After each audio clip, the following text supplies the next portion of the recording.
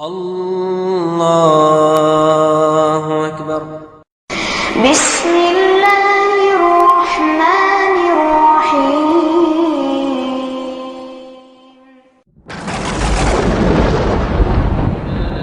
في رسول الله أسوة حسنة. لقد كان لكم في رسول الله أسوة حسنة لمن كان يرجو الله واليوم الآخر وذكر الله كثيرا. اب آپ سماعت فرمائیں 48واں درس غزوہ بنو المصطلق اور واقعے اس کے. إن الحمد لله نحمده ونستعينه ونستغفره ونعوذ بالله من شرور أنفسنا ومن سيئات أعمالنا. من يهده الله فلا مضل له ومن يضلل فلا هادي له. وأشهد أن لا إله إلا الله وحده لا شريك له وأشهد أن محمدا عبده ورسوله. أما بعد، اللهم علمنا ما ينفعنا وانفعنا بما علمتنا وزدنا علما نافعا وعملا صالحا يا رب العالمين. اللهم إنا نسألك حبك وحب نبيك وحب العمل الذي يقربنا إلى حبك. اللهم إنا نسألك الجنة وما قرب إليها من قول وعمل ونعوذ بك من النار وما قرب إليه من قول وعمل. ساری تعریفیں اللہ رب العالمین کے لیے ہیں اور مکمل ترین پورے طور پر درود و سلام اس ذات مقدسہ مبارکہ پر جن کو اللہ رب العزت نے اس دنیا میں رشد و ہدایت کے ساتھ رحمت للعالمین بنا کر بھیجا. معزز بھائیوں، محترم ساتھیوں، عزیز بچوں اور ہماری ماؤں اور بہنوں، آج بفضل اللہ و توفیقہ غزوہ بنی المصطلق یا غزوہ مریسیع کا ذکر کروں گا. یہ غزوہ جو جنگی نقطۂ نظر سے کوئی بھاری بھرکم غزوہ نہیں تھا، لیکن اس حیثیت سے اس کی بڑی اہمیت ہے کہ اس میں کچھ ایسے حادثات پیش آئیں جن کی وجہ سے اسلامی معاشرے میں اضطراب اور ہلچل مچ گئی. یہ غزوہ کا اختصار سے اس کے اہم حادثے کیا ہیں اور یہ غزوہ کب پیش ہوا، پھر ایسے ہی وہ حادثات جس کی وجہ سے اسلامی معاشرے میں اضطراب، قلق، فتنے اور ہلچل مچ گئے، وہ حادثات کیا ہیں. انشاءاللہ یہ تمام تفصیلات پر میں بات کروں گا اور آج کے اس درس میں اس کی وضاحت کروں گا. غزوہ بنی المصطلق یا غزوہ مریسیع یہ اسی مہینے یا ایسے ہی مہینے شعبان میں یہ غزوہ پیش آیا، شعبان کے مہینے میں. لیکن کس سن میں، اس میں اختلاف ہے. اکثر یا عام اہل سیر کہتے ہیں یہ شعبان سن 5 ہجری میں پیش آیا، اور ابن اسحاق کا قول ہے کہ یہ شعبان سن 6 ہجری میں پیش آیا. ہم ابن اسحاق کا ترتیب لیتے ہوئے اس کا ہم ذکر کر رہے ہیں، یعنی غزوہ احزاب اور غزوہ بنو قریظہ کے بعد. اور اکثر اہل سیر کہتے ہیں سن 5 ہجری میں واقع ہوا، اسی لیے وہ غزوہ احزاب اور غزوہ بنو قریظہ سے پہلے ذکر کرتے ہیں. یہ غزوے کا سبب کیا ہے؟ سبب یہ ہے کہ بنو المصطلق یہ خاندان یا یہ شاخ جو قبیلہ خزاعہ کی ایک شاخ ہے. قبیلہ خزاعہ کے اکثر لوگ نبی پاک صلی اللہ علیہ وسلم کے خیر خواہ تھے، لیکن یہ شاخ بنو المصطلق یہ قریش کے ساتھ تھے اور یہ قریش کی طرفدار تھے، یہ قریش کی طرفداری کرتے تھے، انہی کے ساتھ رہتے تھے. آپ صلی اللہ علیہ وسلم کو پتہ چلا کہ یہ نبی صلی اللہ علیہ وسلم سے لڑنے کے لیے تیاری کر رہے ہیں. آپ صلی اللہ علیہ وسلم یہ خبر کو اچھی طرح جاننے کے لیے کہ کہاں تک یہ بات صحیح ہے، آپ نے بریدہ ابن حصیب اسلمی رضی اللہ عنہ کو بھیجا کہ جا کر تحقیق کریں. تو جا کر انہوں نے تحقیق کیا، پھر واپس ہوئے اور انہوں نے کہا یہ خبر صحیح ہے، وہ تیاری کر رہے ہیں. اور اس لیے کہ بنو المصطلق پر دعوت کا پیغام واضح ہو چکا تھا، اور اس سے پہلے بھی انہوں نے قریش کا ساتھ دیا تھا غزوہ احد میں. اسی لیے صحیح جو روایت ہے امام بخاری کی کہ آپ صلی اللہ علیہ وسلم نے ان پر اچانک حملہ کیا اور اس وقت وہ غافل تھے. آپ صلی اللہ علیہ وسلم 2 شعبان کو مدینہ سے نکلے اور آپ کے ساتھ 700 صحابہ کرام تھے، یا ان کی تعداد 700 تھی، اور اس میں کافی تعداد میں منافقین بھی تھے، جو اس تعداد میں یا پہلی مرتبہ منافقین نکل رہے تھے. یعنی پہلا غزوہ ہے جس میں یہ منافقین نکل رہے تھے اور ان کی بھی تعداد کافی تھی. اور انہی کی وجہ سے وہ حادثات، یہ فتنے اور اضطراب اور ایسے ہی ہلچل بعد میں جا کر مچی، بلکہ غزوے کے دوران بھی فتنے اور اضطرابات شروع ہو گئے تھے. بہرحال اس طرح آپ صلی اللہ علیہ وسلم نے ان کا رخ کیا، اور اس وقت یہ لوگ یعنی بنو المصطلق، یہ خاندان قدید کے اطراف میں ساحل کے قریب میں مریسیع نامی ایک چشمہ تھا، وہاں یہ پڑاؤ ڈالے تھے. آپ صلی اللہ علیہ وسلم نے صحابہ کرام کے ساتھ اچانک ان پر حملہ کیا جس وقت وہ غافل تھے، جس کے نتیجے میں کئی آدمی ان کے مارے گئے. ایسے ہی بچے عورتوں کو مسلمانوں نے قید کر لیا، اور ایسے ہی ان کے مال اور ایسے ہی مویشی کو مسلمانوں نے اپنے ساتھ لے لیا، اس پر قبضہ کر لیا. ایسے قیدیوں میں ان کے جو رئیس تھے حارث ابن ضرار، ان کی صاحبزادی ریحانہ بھی قید ہوئیں، اور یہ ثابت بن قیس بن شماس کے حصے میں آئیں، جنہوں نے بعد میں ان کو مکاتب بنا لیا. مکاتب سے مراد کیا؟ یعنی غلام کو یا لونڈی کو آزاد کرنے کا ایک یہ طریقہ ہے کہ متفقہ وقت میں ایک رقم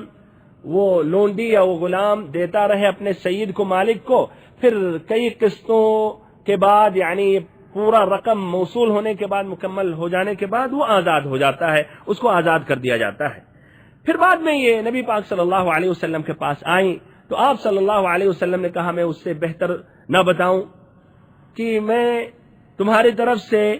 وہ مال ادا کر دوں اور تمہیں آزاد کر دوں اور پھر تم سے میں شادی کر لوں. انہوں نے رضامندی ظاہر کی تو آپ صلی اللہ علیہ وسلم نے ایسا ہی کیا. ان کا جو رقم تھا یعنی ثابت کا موصول کر دیا، پورا کر دیا، اور پھر ان کو آزاد کر کے نبی پاک صلی اللہ علیہ وسلم نے ان سے شادی کر لی. جب آپ صلی اللہ علیہ وسلم نے شادی کر لی تو صحابہ کرام دیکھیے نبی صلی اللہ علیہ وسلم سے کس طرح محبت کرتے تھے. ان کے قبضے میں 100 گھرانے تھے جو مسلمان ہو گئے تھے، جن کو قید بنا کر لایا گیا اور پھر یہ ان کے تحت تھے. تو انہوں نے کہا کہ سبحان اللہ، اب یہ تو نبی پاک صلی اللہ علیہ وسلم کے سسرال کے لوگ ہیں اور اب ان کے سمجھے نسبتی ہیں. تو اسی لیے انہوں نے کہا اصحاب رسول اللہ صلی اللہ علیہ وسلم، یہ نبی پاک صلی اللہ علیہ وسلم کے سسرال کے لوگ ہیں، اور انہوں نے سب کو آزاد کر دیا. اسی لیے حضرت جویریہ رضی اللہ عنہا اپنی قوم کے لیے نہایت ہی عظیم برکت والی خاتون ثابت ہوئیں. بہرحال ایسے ہی جویریہ رضی اللہ عنہا کے والد اور سمجھیے ان کا پورا خاندان نے اسلام قبول کر لیا، اور نبی پاک صلی اللہ علیہ وسلم نے ان کے والد حارث ابن ضرار رضی اللہ عنہ کو صدقات یعنی اپنی قوم کے صدقات کا ذمہ دار بنایا، جو سمجھیے اپنی قوم کی طرف سے ان کا جو زکوٰۃ واجب ہوتا تھا وہ لے کر نبی پاک صلی اللہ علیہ وسلم کے پاس پہنچاتے تھے. ہمارے بھائیوں اور بہنوں، یہ ہے غزوہ بنی المصطلق یا غزوہ مریسی. اس میں ایسا کوئی خاص یا ندرت والی بات نہیں آئی، لیکن منافقین جو کافی تعداد میں آئے ہوئے تھے ان کو سکون نہیں ملا، خاصتاً جب دیکھا کہ مسلمانوں کو فتح حاصل ہوئی، اللہ تعالیٰ نے ان کی مدد کی اور یہ غالب ہوئے، تو مزید اس طرح اندر ہی اندر کٹنے لگے، اندر ہی اندر جلنے لگے. اس طرح وہ چانس ڈھونڈ رہے تھے تاکہ مسلمانوں کے اندر فتنہ اور اضطراب پیدا کریں. بہرحال اس طرح ان کو 2 چانس ملا، جس کے وجہ سے انہوں نے کافی کوشش کی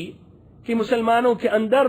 فتنہ پیدا کریں اور مسلمانوں کے اندر اس طرح قلق، اضطراب اور ہلچل مچ جائے، اور وہ تقریباً کامیاب رہے. لیکن رب العزت جو نبی پاک صلی اللہ علیہ وسلم کی مدد کرنے والا ہے اور مسلمانوں کے ساتھ ہے، ان کی سازشیں ناکامیاب رہیں اور اس طرح پھر بعد میں وہ رسوا ہوئے۔ پہلا جو حادثہ اس کا ذکر کر رہا ہوں، پہلا حادثہ یہ ہے کہ رأس المنافقین عبداللہ ابن ابی نے کہا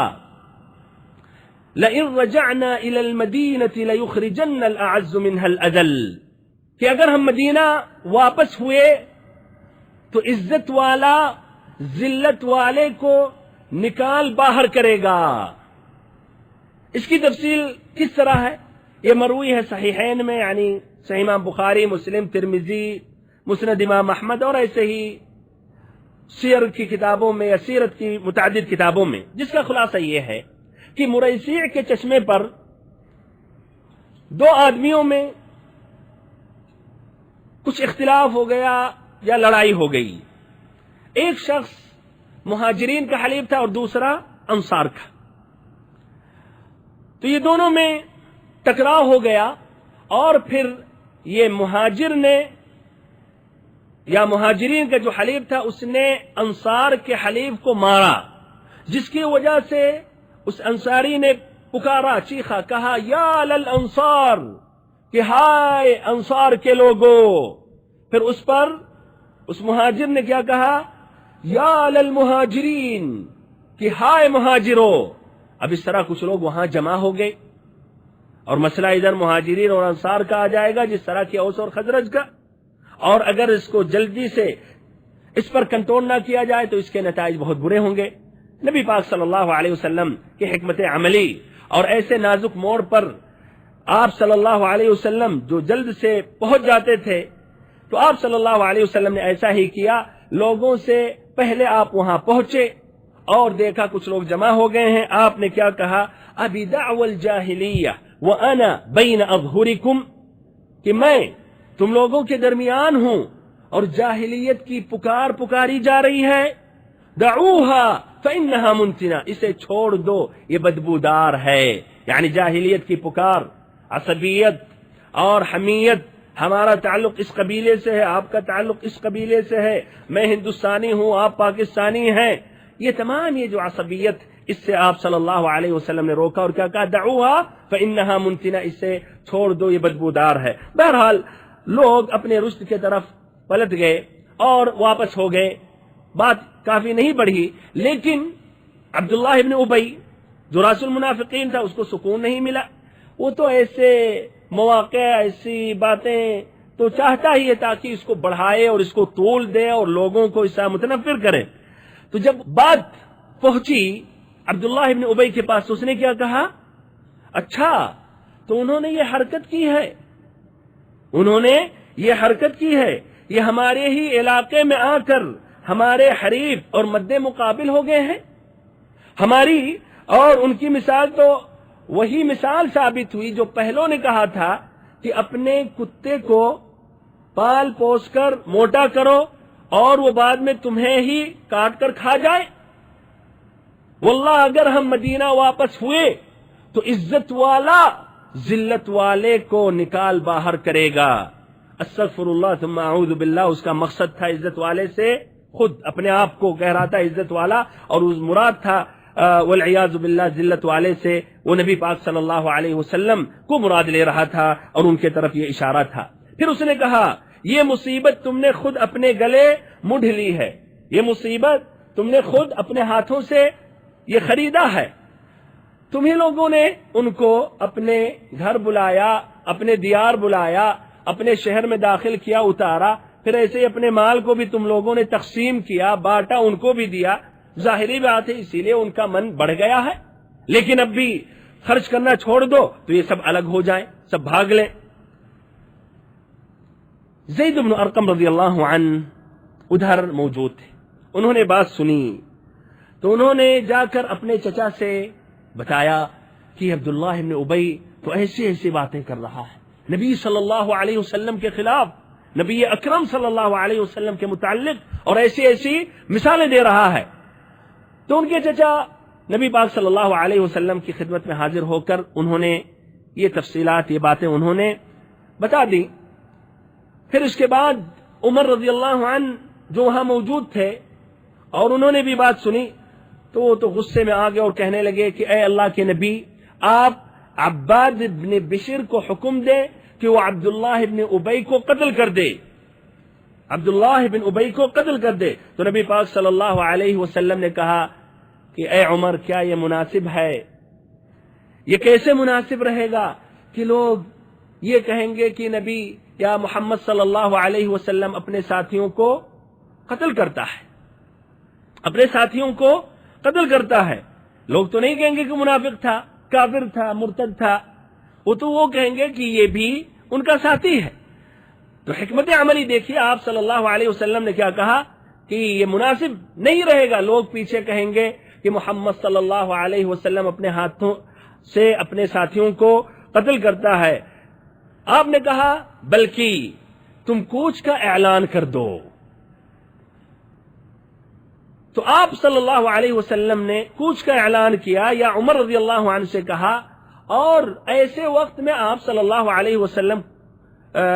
کوچ نہیں فرمایا کرتے تھے۔ آپ صلی اللہ علیہ وسلم نے کیا کہا؟ بلکہ کوچ کا اعلان کر دو۔ اور ایسے وقت میں آپ صلی اللہ علیہ وسلم ایسے وقت میں کوچ نہیں فرمایا کرتے تھے، لیکن ادھر جب دیکھا کہ یہ موضوع کچھ طول پکڑ لے گا اور فتنے اور اضطرابات اور قلاقل یہ درمیان میں انصار اور اسے مہاجرین کے درمیان پیدا ہو جائیں گے، تو آپ صلی اللہ علیہ وسلم نے کوچ کا اعلان کیا، اور اس طرح وہ پورا لشکر چلنے لگے، شام تک چلتے رہے۔ بہرحال اسی درمیان اسید ابن حضیر رضی اللہ عنہ نبی پاک صلی اللہ علیہ وسلم کی خدمت میں حاضر ہوئے۔ انہوں نے کہا کہ اے اللہ کے نبی، آج آپ نے نا وقت کوچ فرمایا ہے۔ آپ صلی اللہ علیہ وسلم نے کہا آپ کا صاحب یا آپ کا ساتھی یعنی عبداللہ ابن ابی نے جو کچھ کہا اس کا علم آپ کو نہیں ہے، اس کی خبر تمہیں نہیں ہے؟ تو انہوں نے کہا اس کی یہ خبر ہمیں نہیں ہے، اس کی خبر مجھے نہیں ہے۔ تو آپ صلی اللہ علیہ وسلم نے کہا کہ اس کا خیال یہ ہے کہ اگر ہم مدینہ واپس ہوئے تو عزت والا ذلت والے کو مدینے سے باہر نکالے گا، باہر کرے گا۔ اس پر اسید بن حضیر رضی اللہ عنہ نے کہا کہ اے اللہ کے نبی، اگر آپ چاہیں تو اس کو باہر نکال دیں، آپ اس کو باہر کر دیں، اور اللہ کی قسم وہ ذلیل ہے، وہ ذلت والا ہے، اور آپ باعزت ہیں۔ پھر کہا کہ اللہ کے نبی صلی اللہ علیہ وسلم آپ اس کے متعلق نرمی اختیار کریں اور اس پر رحم فرمائیں۔ پھر اسید بن حضیر رضی اللہ عنہ نے وہ سبب بیان کیا جو پہلے دروس میں آ چکا ہے کہ عبداللہ بن ابی کیوں اتنی عداوت اور اپنے سینے میں نبی پاک صلی اللہ علیہ وسلم کے لیے بغض و نفرت رکھا تھا یا رکھا رہتا تھا۔ بتایا انہوں نے کہ وجہ یہ ہے کہ اللہ کے نبی آپ ایسے وقت میں مدینہ پہنچے جس وقت مدینہ والے عبداللہ بن ابی کو اپنا بادشاہ بنانے والے تھے، اور ایسے مونگوں کا تاج تیار کر رہے تھے، اور قریب تھا کہ یہ تاج پہنا کر مکمل طور پر اعلان کر دے کہ مدینہ والوں کا یہی بادشاہ ہے۔ لیکن اس درمیان آپ صلی اللہ علیہ وسلم پہنچ گئے اور لوگ آپ کی طرف مائل ہو گئے، تو وہ سمجھتا ہے کہ آپ نے اس کی بادشاہت چھینی ہے۔ بہرحال اس کے بعد یہ سفر جاری رکھے رہے آپ صلی اللہ علیہ وسلم شام تک، پھر رات تک، پوری رات چلتے رہے۔ پھر صبح کا وقت ہوا تو کافی دیر تک چلتے رہے، یہاں تک کہ سمجھیے سورج کی دھوپ سے تکلیف ہونے لگی۔ تو اس کے بعد آپ صلی اللہ علیہ وسلم نے پڑاؤ ڈالا۔ اب لوگ جب ٹھہرے وہاں اور ان کا جسم زمین سے ابھی لگا نہیں کہ بے خبر ہو گئے، سو گئے، اور یہی مقصد آپ صلی اللہ علیہ وسلم کا تھا کہ یہ بات، اس کے متعلق لوگ باتیں نہ کریں اور اس مسئلے کو زیادہ طول نہ دیں۔ بہرحال بھائیو، عبداللہ بن ابی کو جب پتہ چلا کہ یہ خبر نبی صلی اللہ علیہ وسلم تک پہنچ گئی تو تیزی سے آیا، نبی پاک صلی اللہ علیہ وسلم کی خدمت میں حاضر ہوا، اور اس نے انکار کیا اور کہا کہ اللہ کے نبی، آپ تک جو خبر پہنچی ہے، جو بات پہنچی ہے، وہ سراسر جھوٹ ہے، ہم نے ایسا نہیں کہا ہے اور کبھی بھی ہم نے ایسی بات کی جرأت نہیں کی ہے۔ انصار کے بھی کچھ لوگ موجود تھے، انہوں نے بھی کہا کہ زید بن ارقم ابھی وہ لڑکے ہیں، شاید ان سے وہم ہو گیا، اور بات انہوں نے سنی، برابر نہیں سنی، غلط فہمی میں واقع ہو گئے. بہرحال نبی صلی اللہ علیہ وسلم نے عبداللہ ابن ابی کی بات مان لی اور عبداللہ ابن ابی کو سچ مان لیا. لیکن زید بن ارقم رضی اللہ عنہ جنہوں نے مکمل طور پر سنا تھا، ایسے ہی افواہ انہوں نے نقل نہیں کی تھی، ان تک جب بات پہنچی تو کافی غمگین ہوئے، پریشان ہوئے اور کہہ رہے اس قدر مجھے غم لاحق ہوا کہ ایسے غم سے کبھی میں دوچار نہیں ہوا تھا، اور گھر میں بیٹھ گئے. اس لیے مسئلہ ادھر کہ جھوٹے ہیں. اس سے اندازہ لگا لیں کہ بھائیو صحابہ کرام بالخصوص، بلکہ اس زمانے میں جھوٹ کتنا بڑا عیب سمجھتے تھے. بہرحال کہتے ہیں زید بن ارقم رضی اللہ عنہ گھر میں ہی بیٹھ گیا اور کافی غمگین ہوا، یہاں تک کہ رب العزت نے مکمل ایک سورت ان کے متعلق نازل کیا، سورۃ المنافقین. اور جو باتیں انہوں نے کہا تھا، عبداللہ بن ابی نے کہا تھا اور ہم نے نقل کیا تھا، ان باتوں کا بھی ذکر آیا. اللہ رب العزت نے اسی سورۃ المنافقین میں فرمایا هم الذين يقولون لا تنفقوا على من عند رسول الله حتى هم الذين يقولون لا تنفقوا على من عند رسول الله حتى ينفضوا وَلِلَّهِ خَزَائِنُ السَّمَاوَاتِ وَالْأَرْضِ وَلَكِنَّ الْمُنَافِقِينَ لَا يَفْقَهُونَ يَقُولُونَ لَئِن رَّجَعْنَا إِلَى الْمَدِينَةِ لَيُخْرِجَنَّ الْأَعَزُّ مِنْهَا الْأَذَلَّ وَلِلَّهِ الْعِزَّةُ وَلِرَسُولِهِ وَلِلْمُؤْمِنِينَ وَلَكِنَّ الْمُنَافِقِينَ لَا يَعْلَمُونَ. یہ منافقین وہی ہیں جو کہتے ہیں کہ جو لوگ رسول اللہ صلی اللہ علیہ وسلم کے پاس ہیں ان پر خرچ مت کرو یہاں تک کہ وہ نبی پاک صلی اللہ علیہ وسلم کو چھوڑ کر چلے جائیں. یہ منافقین بے سمجھ نہیں جانتے ہیں وَلِلَّهِ خَزَائِنُ السَّمَاوَاتِ وَالْأَرْضِ، آسمان اور زمین کا خزانہ اللہ کے ہاتھ میں ہے. یہ نہیں جانتے، بے سمجھ ہیں. یقولون کہتے ہیں اگر ہم مدینہ واپس ہوئے لَيُخْرِجَنَّ الْأَعَزُّ مِنْهَا الْأَذَلَّ، عزت والا ذلت والے کو مدینہ سے نکال باہر کرے گا، جبکہ وَلِلَّهِ الْعِزَّةُ وَلِرَسُولِهِ وَلِلْمُؤْمِنِينَ، عزت اللہ تعالی کے لیے ہے، رسول صلی اللہ علیہ وسلم کے لیے، مومنوں کے لیے ہے، لیکن یہ منافقین نہیں جانتے ہیں. بہرحال اس کے بعد نبی پاک صلی اللہ علیہ وسلم نے حضرت زید ابن ارقم کو بلایا اور آپ صلی اللہ علیہ وسلم نے یہ آیتیں سنائی اور پھر فرمایا اللہ نے تمہاری تصدیق کر دی. اسی منافق عبداللہ ابن ابی کا جو لڑکا تھا، جو اس سے برعکس نہایت ہی متقی پرہیزگار ایک صحابی جلیل تھا جس کا نام بھی عبداللہ تھا، یعنی عبداللہ ابن عبداللہ ابن ابی. اس کو جب یہ بات پہنچی تو مدینہ پہلے پہنچ کر مدینہ کے دروازے پر تلوار لے کر کھڑا ہو گیا، اور جب اس کا باپ پہنچا تو کہا کہ تمہیں میں اندر نہیں جانے دوں گا، مدینہ داخل نہیں ہونے دوں گا یہاں تک کہ نبی پاک صلی اللہ علیہ وسلم اجازت دیں، اس لیے کہ نبی پاک صلی اللہ علیہ وسلم عزیز ہیں، عزت والے ہیں، اور تم ذلیل ہو. پھر نبی پاک صلی اللہ علیہ وسلم وہاں سے گزرے تو آپ صلی اللہ علیہ وسلم نے اس کی اجازت دی. اس قدر نبی پاک صلی اللہ علیہ وسلم دیکھیے دشمنوں پر بھی رحم کرتے تھے، درگزر تھے، جبکہ واضح تھا کہ یہ کافر ہے، منافق ہے. یہی عبداللہ ابن ابی نبی پاک صلی اللہ علیہ وسلم کی خدمت میں حاضر ہو کر کہنے لگے کہ اللہ کے نبی، اگر آپ ہمارے والد کو قتل کرنا چاہتے ہیں تو آپ مجھے حکم دیں، میں اس کا سر لے کر آپ کی خدمت میں حاضر ہو جاؤں گا. اللہ اکبر. نبی پاک صلی اللہ علیہ وسلم کی محبت میں باپ بھی فدا، بلکہ باپ نے اگر عداوت اور دشمنی ظاہر کی تو اس کی گردن، اس کا سر بھی حاضر ہے، اے اللہ کے نبی آپ کے لیے اور آپ کی خدمت میں پہنچا دوں گا۔ پھر انہوں نے اس کی وضاحت بھی کی کہ اللہ کے نبی، پورے خزرج میں یہ بات معروف ہے کہ میں اپنے والد کا نہایت ہی خدمت گزار ہوں اور خدمت کرتا ہوں، اور اگر کسی اور کو آپ نے حکم دیا قتل کرنے کے لیے تو بعد میں برداشت نہیں کر سکوں گا کہ وہ قاتل جس نے ہمارے والد کو قتل کیا ہے وہ اس طرح چلے پھرے، تو ایسا نہ ہو کہ اس قاتل کو میں ایک کافر کے بدلے میں قتل کر دوں جس کی وجہ سے میرا بھی عاقبہ خراب ہو جائے، میں بھی جہنمی ہو جاؤں، اسی لیے اگر اجازت دے رہے تو مجھے اجازت دے۔ بہرحال یہ پہلا واقعہ تھا۔ دوسرا جو واقعہ جو اس سے بھی زیادہ خطرناک تھا، جو معروف ہے واقع افک سے، حادثے افک سے، اس کا خلاصہ یہ ہے کہ،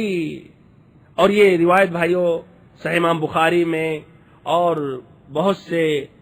حدیث کی کتابوں میں، سیرت کی کتابوں میں موجود ہے اور معروف اور مشہور ہے، اور اس میں کوئی دو رائے نہیں ہے، یہ واقعہ بالکل ثابت ہے۔ بلکہ قرآن میں اللہ تعالیٰ نے اس کی وضاحت کی، اور ایسے ہی جو عائشہ رضی اللہ عنہا پر تہمت لگی، اللہ تعالیٰ نے عرش سے 10 آیتیں نازل کی اور قیامت تک عائشہ رضی اللہ عنہا کی براءت پر اللہ تعالیٰ نے یہ آیتیں نازل کی اور اس کی وضاحت کی، جو امت پڑھ رہی ہے اور قیامت تک پڑھتی رہے گی، جس میں مزید سمجھیے عائشہ رضی اللہ عنہا کا مقام و مرتبہ کو بلند کیا گیا ہے، جبکہ انہوں نے کہا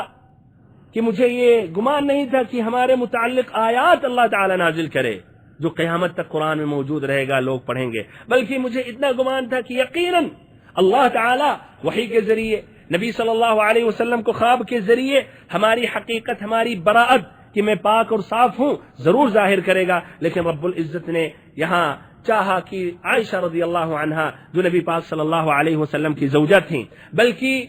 نبی پاک صلی اللہ علیہ وسلم کے تمام ازواج مطہرہ میں سب سے بہتر اور افضل تھیں، اللہ کی اختلاف قائم ہے، خدیجہ زیادہ بہتر تھی یا عائشہ، اللہ تعالیٰ نے چاہا کہ نبی پاک صلی اللہ علیہ وسلم جن سے محبت کر رہے ہیں ان کا بھی مقام بلند رہے، اور قرآن میں ان کے متعلق امت اسلامیہ پڑھتی رہے، اور جب بھی ان آیتوں سے گزرے تو عائشہ رضی اللہ عنہا کی پاک دامنی اور ایسے ہی ان کے سمجھیے اخلاق کے متعلق اور ایسے ہی ان کے مقام و مرتبہ کے بارے میں پڑھتے ہوئے آگے بڑھے، اور عائشہ رضی اللہ عنہا کے لیے یہ امت اسلامیہ دعا کرتی رہے۔ بہرحال اس کا خلاصہ یہ ہے، نبی پاک صلی اللہ علیہ وسلم کا دستور رہا کہ آپ جب بھی سفر میں نکلتے تو قرعہ اندازی کرتے اپنے ازواج مطہرات میں، جس کے نام سے وہ قرعہ نکلتا تو اس کو ساتھ میں لے کر جاتے۔ اس غزوے میں یعنی غزوے بنی المصطلق میں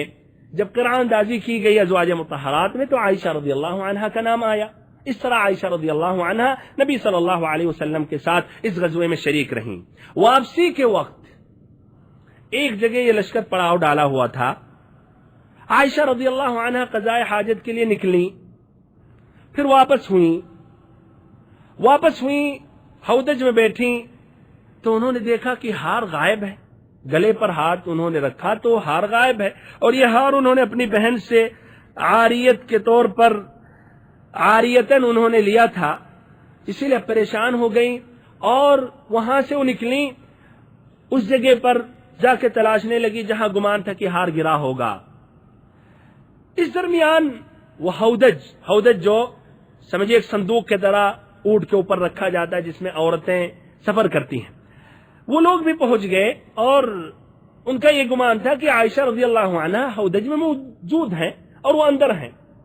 انہوں نے اٹھایا اور ان کو احساس نہیں ہوا کہ ہودج خالی ہے، اور اس کی دو وجہ، پہلی وجہ یہ ہے کہ عائشہ رضی اللہ عنہا نو عمر تھیں اور ان کا بدن بھاری بوجھلنا تھا، تو اٹھانے کی وجہ سے پتہ نہیں چلا، پھر ایسے ہی مزید کئی آدمی مل کر اٹھا رہے تھے، تو ظاہری بات ہے جب کئی لوگ اٹھائیں گے تو اندازہ نہیں ہوگا کہ یہ ہلکا ہے یا بھاری ہے، اسی لیے وہ اندازہ نہیں لگا سکے۔ اگر ایک دو آدمی اٹھاتے تو شاید پکڑ لیتے کہ یار یہ ہودج خالی ہے کہ نہیں، اور اس طرح وہ رک جاتے، انتظار کرتے، لیکن کئی آدمی مل کر انہوں نے جب اٹھایا تو احساس نہیں ہوا، وہ سمجھ رہے تھے کہ عائشہ رضی اللہ عنہا اندر بیٹھی ہوئی ہیں۔ بہرحال اس طرح یہ لشکر چل دیا، اور ابھی عائشہ رضی اللہ عنہا ہار کی تلاش میں تھی، ہار تلاش کر جب واپس ہوئی، ہار تو مل گیا، جب وہاں پہنچی تو دیکھا کہ پورا لشکر تو چل دیا اور اس جگہ پر سناٹا چھایا ہوا ہے، نہ کوئی کہنے والا، نہ کوئی جواب سننے والا۔ بہرحال انہوں نے بہتر یہی سمجھا کہ ہم یہیں انتظار کریں، اس لیے بعد میں ضرور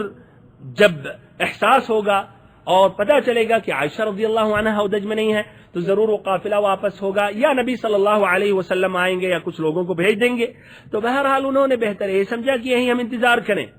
اب وہاں انتظار کر رہی تھی، سفر کے درمیان جانتے ہیں کس قدر انسان تھکا ہوتا ہے، نیند آ گئی اور وہاں سو گئی۔ جب سوئی تو سوتی رہی یہاں تک کہ صفوان ابن معطل رضی اللہ عنہ وہاں سے گزرے۔ دور سے دیکھا کہ کوئی شخص سو رہا ادھر،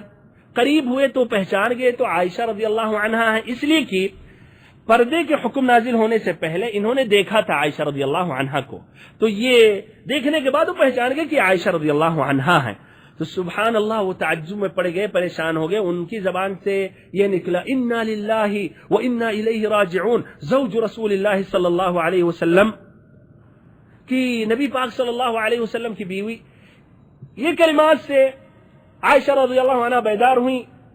جیسے دیکھا کہ سامنے یہ صفوان بن معطل یہ ایک آدمی ہے تو انہوں نے دوپٹہ سے اپنا سر فوراً ڈھک لیا۔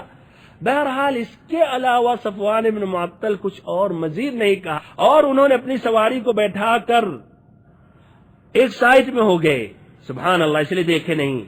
عائشہ رضی اللہ عنہ اس پر سوار ہو گئیں، پھر اس طرح آگے اس کا لگام تھامے ہوئے،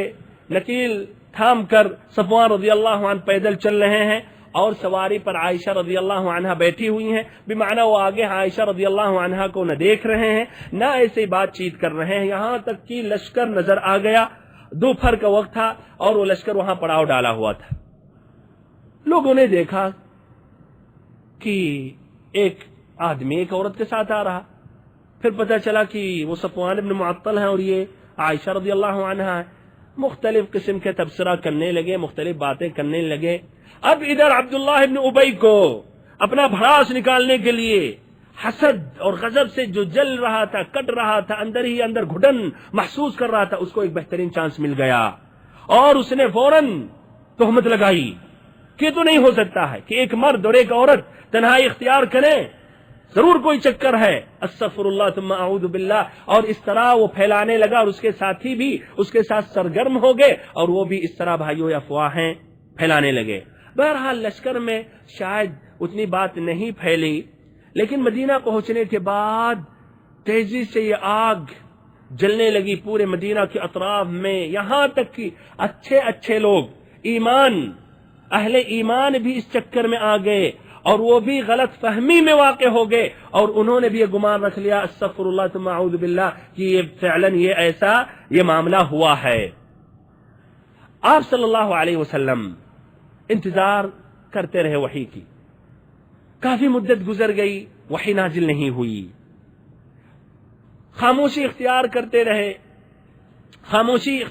رہے، لیکن کافی جب مدت گزر گئی تو آپ صلی اللہ علیہ وسلم جس طرح پریشان تھے اپنے زوجہ مطہرہ کے بارے میں، تو آپ منبر پر کھڑے ہوئے اور آپ نے واضح کیا کہ میں اپنے بیوی کے بارے میں حسن ظن رکھتا ہوں اور مجھے بھروسہ ہے، اور ایسے ہی وہ صحابی بھی اس کے بارے میں بھی میرا اچھا گمان ہے۔ پھر آپ نے اشارہ کیا کہ کون ہے جو شخص عبداللہ ابن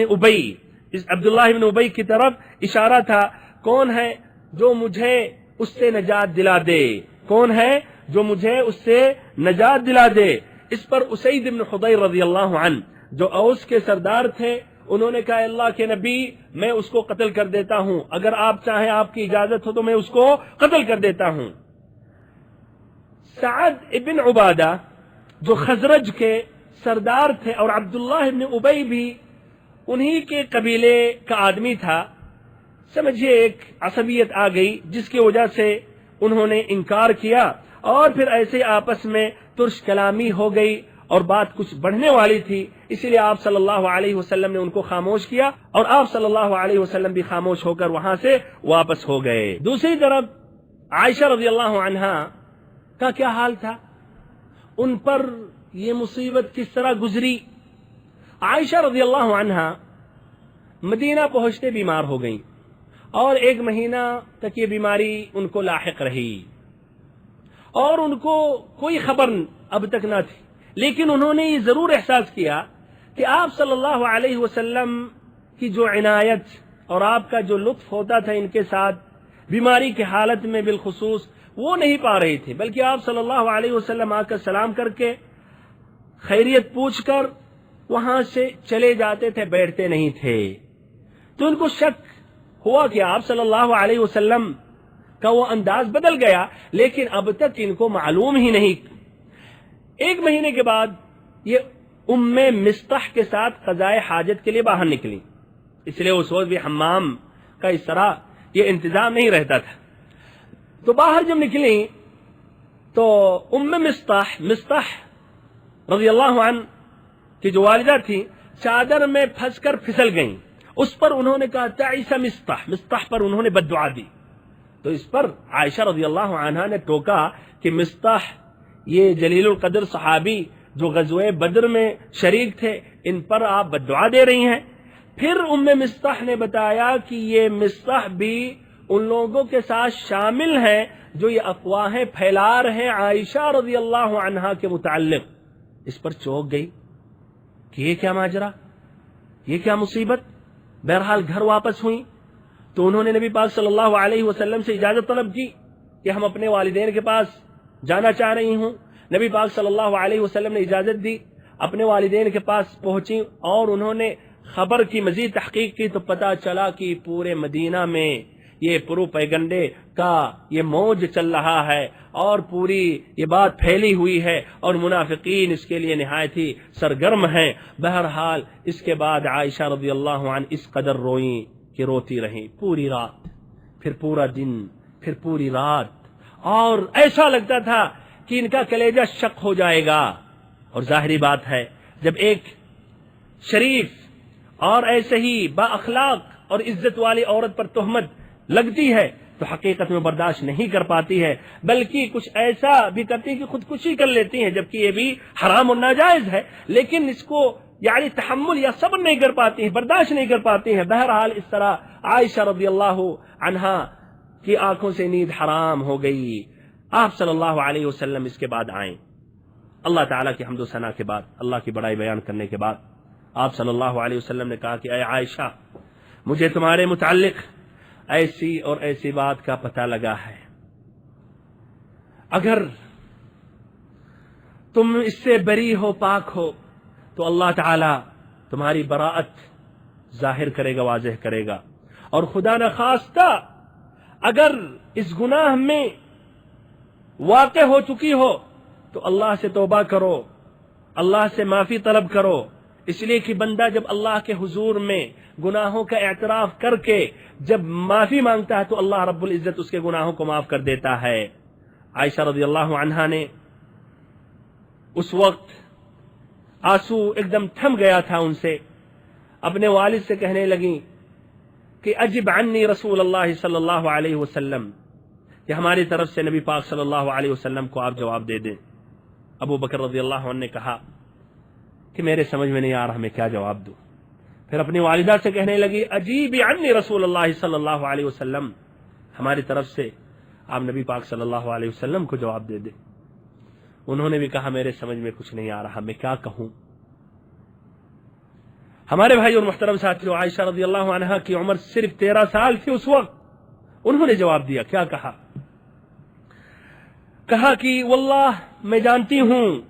کہ یہ بات سنتے سنتے آپ لوگوں کے دلوں میں اچھی طرح بیٹھ گئی ہے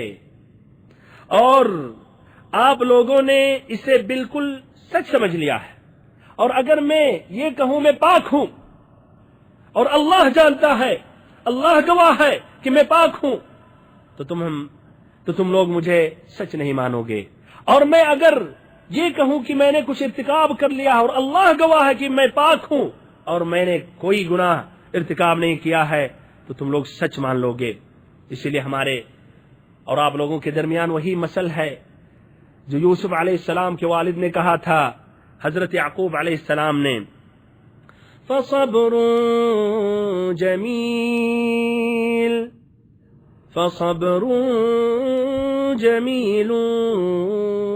واللہ المستعان علی ما تصفون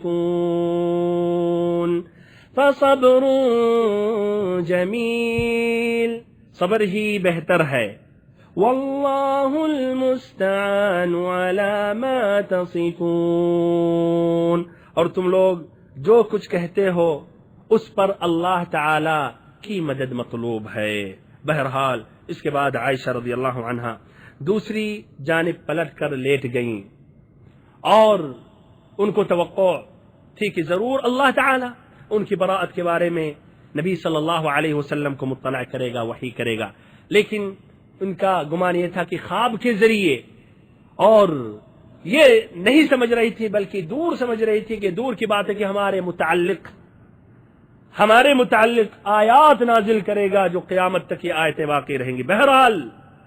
اس کے بعد نبی پاک صلی اللہ علیہ وسلم پر وحی کی کیفیت ظاہر ہونے لگی، جو کافی آپ صلی اللہ علیہ وسلم پر شدید ہوتی تھی، یہاں تک کہ پسینہ ہو جاتے تھے، اور اگر اونٹنی پر رہتے تھے تو اونٹنی بیٹھ جاتی تھی، شدید ٹھنڈی میں بھی آپ پسینہ ہو جاتے تھے۔ یہ کیفیت ظاہر ہونے کے بعد آپ صلی اللہ علیہ وسلم نے کہا یا عائشہ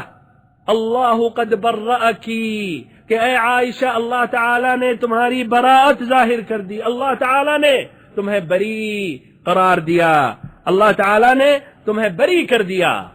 تم پاک اور صاف ہو۔ اس کے بعد عائشہ رضی اللہ عنہا کی والدہ بولی کہ نبی پاک صلی اللہ علیہ وسلم کی جانب اٹھو، نبی صلی اللہ علیہ وسلم کا یعنی شکریہ ادا کرو۔ تو انہوں نے کہا، اس لیے بھروسہ تھا، اعتماد تھا کہ وہ اس مسئلے میں پاک اور صاف تھی، اور اعتماد تھا نبی پاک صلی اللہ علیہ وسلم کے دل میں، ان کے لیے محبت ہے، اسی لیے کہا میں اللہ تعالیٰ کے علاوہ کسی اور کی حمد نہیں کروں گی، میں اللہ تعالیٰ کے علاوہ کسی اور کی حمد اور تعریف نہیں کروں گی۔ بہرحال اللہ تعالیٰ نے ان کے متعلق سورۃ النور میں 10 آیتیں نازل کی، آیت نمبر 11 سے لے کر آیت نمبر 20، جس کی ابتدا اس آیت کریمہ سے ہوتی ہے۔ فرمایا رب العزت نے ان الذين جاءوا بالإفك عصبة منكم لا تحسبوه شرا لكم بل هو خير لكم، آخری آیت اس کی ولولا فضل الله عليكم ورحمته وأن الله رؤوف رحيم۔ اس کے بعد تہمت تراشی کے جرم میں مصطح ابن اثاثہ، حسان ابن ثابت اور حمنہ بنت جحش پر 80 کوڑے مارے گئے۔ تہمت تراشی، اگر کوئی کسی کو متہم کر رہا ہے کہ یہ زانی ہے، اس نے زنا کیا ہے، تو یا تو 4 گواہ لائے جنہوں نے دیکھا ہو، یا تو پھر اس کو 80 کوڑا دیا جائے گا، اور اگر 2-3 بھی آ رہے تو سب کو کوڑے دیا جائے گا، سب کو کوڑا دیا جائے گا۔ تو اس طرح ان کو 80 کوڑا دیا گیا۔ رہی بات عبداللہ ابن ابی جو اصل محرک تھا اس فتنے کا، تو اس کو بھی کیا سزا دی گئی، اس پر بھی حد نافذ کیا گیا؟ تو اس پر حد نافذ نہیں کیا گیا، اس کی کئی وجوہات ہیں۔ ایک اہم مجھے یہ ہے کہ یہ چالاکی سے کام لیتا تھا، یعنی اپنے خلاف کوئی دلیل اس نے ثبوت نہیں چھوڑا، اندر پھیلاتا رہتا تھا، لیکن اپنے خلاف کوئی دلیل نہیں رکھا۔ پھر رہا مسئلہ یہ منافق کافر ہے، دنیا میں اس پر اگر حد بھی نافذ ہو جائے تو فائدہ کیا، آخرت میں اس کے لیے دردناک عذاب ہے اور دردناک عذاب میں جانے والا ہے۔ بہرحال اس طرح 1 مہینے کے بعد مدینہ کی فضا قلق، اضطراب سے، ایسے ہی شک و شبہے کے بادلوں سے صاف ہو گئی، اور عبداللہ ابن ابی یہ نہایت ہی رسوا ہوا کہ دوبارہ سر نہ اٹھا سکا۔ ابن اسحاق کی روایت ہے کہ اس کے بعد جب یہ عبداللہ ابن ابی کوشش کرتا تھا، کچھ فتنہ کرنا چاہتا تھا، کچھ گڑبڑ کرنا چاہتا تھا، تو اسی کے